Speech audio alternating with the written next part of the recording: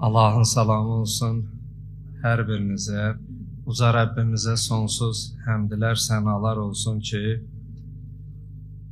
bizə bu fani dünyada yaşayaraq ona mərifət yetirib, onu tanımağı, ona ibadət etməyi bizə nəsib edib. Bunun üçün Rəbbimizə sonsuz həmdlər, sənalar olsun.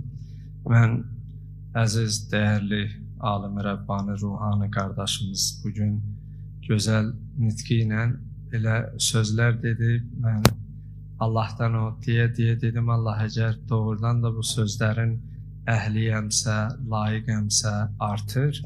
Əgər onun əhli deyirəmsə, məni xəcalətdə eləmə. O cür olum ki, şərməndə olmayayım. Allah qardaşımızdan da razı olsun.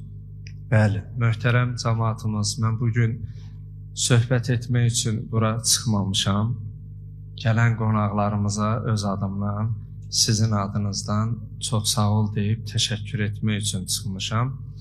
Allah bütün elminə əməl edən alimlərimizə və xüsusilə nəfəsləri ilə o ruhani, ixlaslı, mənəvi, pak, müqəddəs nəfəsləri ilə insanlara nuraniyyət bəxş edən əzizlərimizi var eləsin, qorusun.